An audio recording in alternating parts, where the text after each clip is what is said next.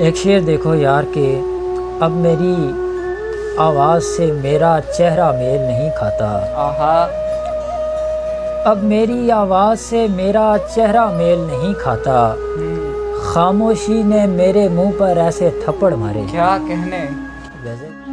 چاند ٹوٹا ہوا تارے بھی خفا لگتے ہیں، چاند ٹوٹا ہوا تارے بھی خفا لگتے ہیں، ہم افق تاب اذیت کی فضا لگتے ہیں۔ کیا پچھلے جنموں میں تو لگتا ہے کہ شاعر ہوگا، آہا، تیرے الفاظ مجھے آب وقا لگتے ہیں۔ کیا کہنے۔